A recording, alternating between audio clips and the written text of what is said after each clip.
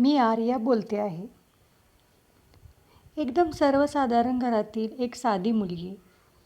आई, बाबा, भाऊ आणि मी. हसतं खेळतं जगणारं आमचं कुटुंब. आमच्याकडे जे आहे त्यात आम्ही खूप समाधानी होतो. मला खूप आवडायचं शाळेत जाणं, मित्रमैत्रिणींसोबत खेळणं, बागडणं, अभ्यास करणं. माझंही एक स्वप्न होतं. मोठं होऊन स्वतःच्या पायावर उभे राहायचं. आईबाबांना अभिमान वाटावा असं काहीतरी करून दाखवायचं. त्यांना सुखात ठेवायचं, त्यांच्या कष्टाची परतफेड करायची. पण मला काय माहीत, 10 ऑक्टोबर 2025 हा माझ्यासाठी आयुष्यातील शेवटचा दिवस ठरेल. माझे स्वप्न हे स्वप्नच राहतील.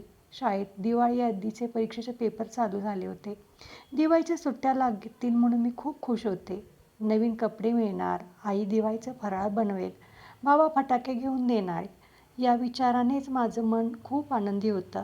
त्या दिवशी दुपारी पेपर झाला. माझा पेपर खूप सोपा गेला होता. मी हसत हसत घरी आले. आई बाबा शेतात गेले होते. भाऊ अजून शाळेतच होता. म्हणून शेतात जाऊन मी माझ्या वडिलांकडून घराची चावी घेतली आणि घरी आले. ऊन खूप पडलं होतं. बाहेर कुणीही दिसत नव्हतं. मी घरचं कुलूप काढलं आणि घरात गेले. मी रोजप्रमाणे शाळेची बॅग जागेवर ठेवली आणि आतल्या खोलीत कपडे बदलण्यासाठी गेले. आज घरात कोणी नव्हतं. एकटी मी सोडून पण माझ्या घराबाहेर कोणीतरी राक्षस माझी वाट बघत आधीच बसला असावा. तो होता नराधम राहुल यादव. वयाने कितीतरी वर्षांनी मोठा, पण मनाने खूप घाण विचाराचा. एक लग्न झालेला पुरुष. तो नेहमी माझ्याकडे विचित्र नजरेनं बघायचा, बोलायचा, पण मी त्याचं काही मनावर घेतलं नव्हतं. कारण वयाने तो मोठा असून माझ्या घराशेजारीच राहायचा. त्यामुळे कधीच वाईट साईट विचार मनात आले नाही. पण तो इतका राक्षसी वृत्तीचा असेल हे मला त्या दिवशी समजलं. कारण त्या दिवशी मात्र त्याने सगळ्याच मर्यादा ओलांडल्या. मी कपडे बदलत असताना त्याने दार ढकललं. घरात आत प्रवेश केला. क्षणभर मी थबकले, घाबरले. मला काही करावं कळणेसं झालं. पण तो शांतपणे दरवाजा बंद करून माझ्याकडे आला. मी ओरडले, दादा इथे काय करत आहेस तू? बाबा घरी नाहीत, शेतात आहेत. काही काम असेल तर बाबा घरी आल्यावर या. घरी किंवा शेतात जाऊन त्यांना सांगा. पण तो नराधम काहीच बोलला नाही. त्याने मला जोरात पकडलं. मी खूप घाबरले. मी झुंज दिली. मी विरोध केला. त्याच्यापासून पळायचा प्रयत्न केला. पण त्याने चिडून रागाने मी आरडाओरड करते आहे पाहून मला फरशीवर खाली आपटलं. आई ग! मी ओरडले. जोरजोरात रडू लागले. कारण माझ्या डोक्याला खूप मार लागला होता. माझ्यासमोर सगळं धूसर दिसत होतं. वाचवा, वाचवा, मला सोड म्हणून मी जीवाच्या आकांताने ओरडत होते. या गोष्टी वाईट असतात. बॅड टच, गुड टच कुणी करत असेल तर आवाज उठवायचा हे आईकडून आधीच ऐकलं होतं. म्हणून या माणसाची नियत मी ओळखली आणि स्वतःला वाचवण्यासाठी मी शेवटपर्यंत लढत राहिले. पण त्या नीच माणसाने मला बाथरूमकडे ओढत नेलं. त्याला माझ्यासोबत वाईट कृत्य करायचं होतं. या विचारानेच मला एकटं पाहून तो घरात घुसला होता. पण मी त्याला प्रतिकार करत होते. त्यामुळे चिडून त्याने तिथल्या वरवंट्याने माझ्या डोक्यावरती प्रहार केला आणि त्या क्षणी माझ्या डोळ्यासमोर सगळं अंधारलं. क्षणात काय झालं मलाच समजलं नाही. कारण त्या क्षणीच माझं जग कायमचं संपत होतं. माझं रक्त आजूबाजूला भिंतीवर, फरशीवर उडालं होतं. त्या नराधम माणसाने मला रक्ताच्या थराळ्यात पडलेलं पाहून तोही शुद्धीवर आला आणि घाबरूनच तिथून त्याने पळ काढला. थोड्या वेळाने माझा लहान भाऊ सार्थक शाळेतून घरी आला. त्याने मला रक्ताच्या थारोळ्यात पडलेलं पाहिलं. घाईतच तो आई बाबाकडे शेतात गेला. बाबा धावत घरी आले. माझ्या घरच्यांना आरडाओरड ऐकून शेजापाजारी घराजवळ जमले. मला तशा अवस्थेत पाहून आमचं सगळं गावच हादरलं. घाईघाईने मला रुग्णालयात नेलं गेलं. पण डॉक्टरांनी सांगितलं ती आता जिवंत नाही. त्या एका वाक्यानं माझ्या आईबाबांचं सगळं आयुष्य संपलं. सगळं विश्वच संपलं. आईबाबा रडत होते. गावात शोक पसरला होता. ग्रामस्थांनी पोलिसांना घेरलं. खुन्याला पकडा. काही गोष्टींचा शोध घेऊन चौकशी करून पोलिसांनी त्याला पकडलं. तो खाणीजवळ लपून बसला होता. त्यांनी कबुली देखील दिली, हो मीच मारलं त्या आर्याला.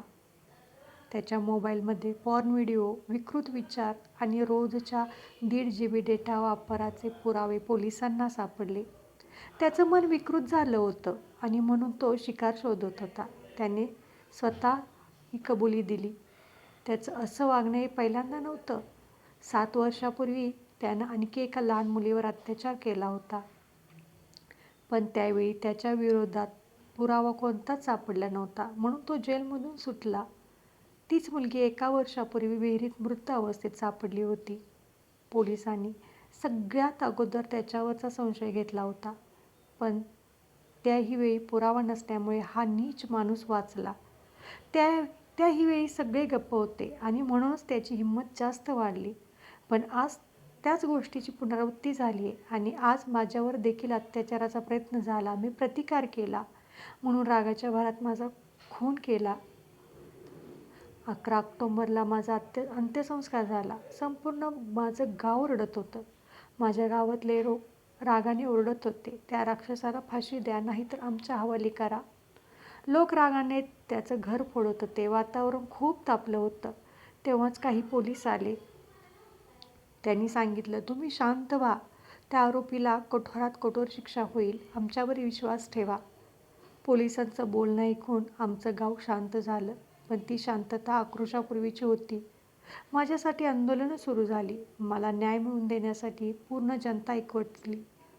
आता मी नाही, पण माझा हा प्रश्न अजून जिवंत आहे. माझी चूक काय होती? मी तर फक्त अभ्यास करायला, हसत खेळत जगायला, आईवडिलांचे स्वप्न पूर्ण करायला, आयुष्य आनंदाने जगायला या जगात आले होते. पण माझ्यासोबत किती वाईट घडून बसलं, त्याचा मी माझ्या घरच्यांनी स्वप्नात देखील विचार केला नसेल. माझ्यासारख्या हजारो आर्या आजही आपल्या आजूबाजूला आहेत. शाळेत, रस्त्यावर, घरात. पण तरीही माझ्या बाबतीत झालेली घटना ऐकून सगळे गप्प कसे आहेत?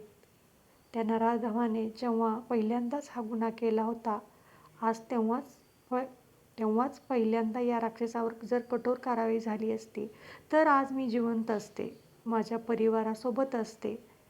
पण आज दुःखाने सांगावं लागतंय की त्याला मोकळं सोडल्यामुळे मी सगळ्यांपासून दूर झाले, माझ्या आईवडिलांपासून दूर झाले. म्हणून एवढंच सांगते, आपली मुलगी सुरक्षित तेव्हाच होईल जेव्हा समाज आपला मौन तोडेल, अन्यायाविरुद्ध लढेल. आज माझ्या आईवडिलांचा चेहरा मला पाहावला जात नाही.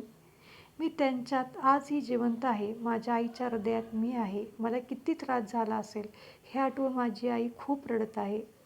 मला सगळं दिसतं आहे, पण आता मी जिवंत नाही. माझ्यासाठी, माझ्या आईवडिलांसाठी मला न्याय हवा आहे. मला न्याय हवा आहे.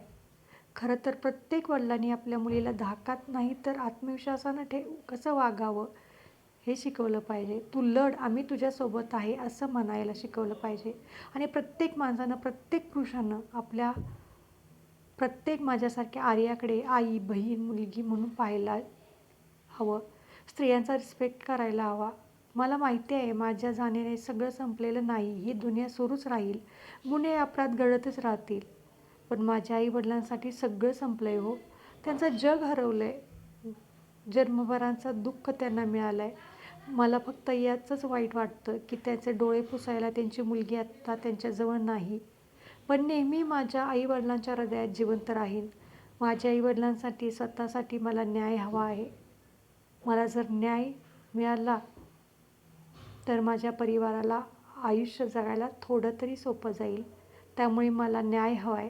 त्या गुन्हेगाराला फाशी द्या, शिक्षा हवी. माझ्यासोबत जे घडले ते इतर कोणासोबत घडू नये म्हणून मला न्याय हवा आहे. त्यामुळे मला तुमची साथ हवी आहे. माझ्या घरच्यांसाठी तुमचा पाठिंबा हवा आहे. आवाज उठवा, एकदा तरी न्याय मागा, एकदा तरी त्या राक्षसाला शिक्षा व्हावी. यासाठी तुम्ही एक तरी कमेंट करा. होईल का त्याला शिक्षा?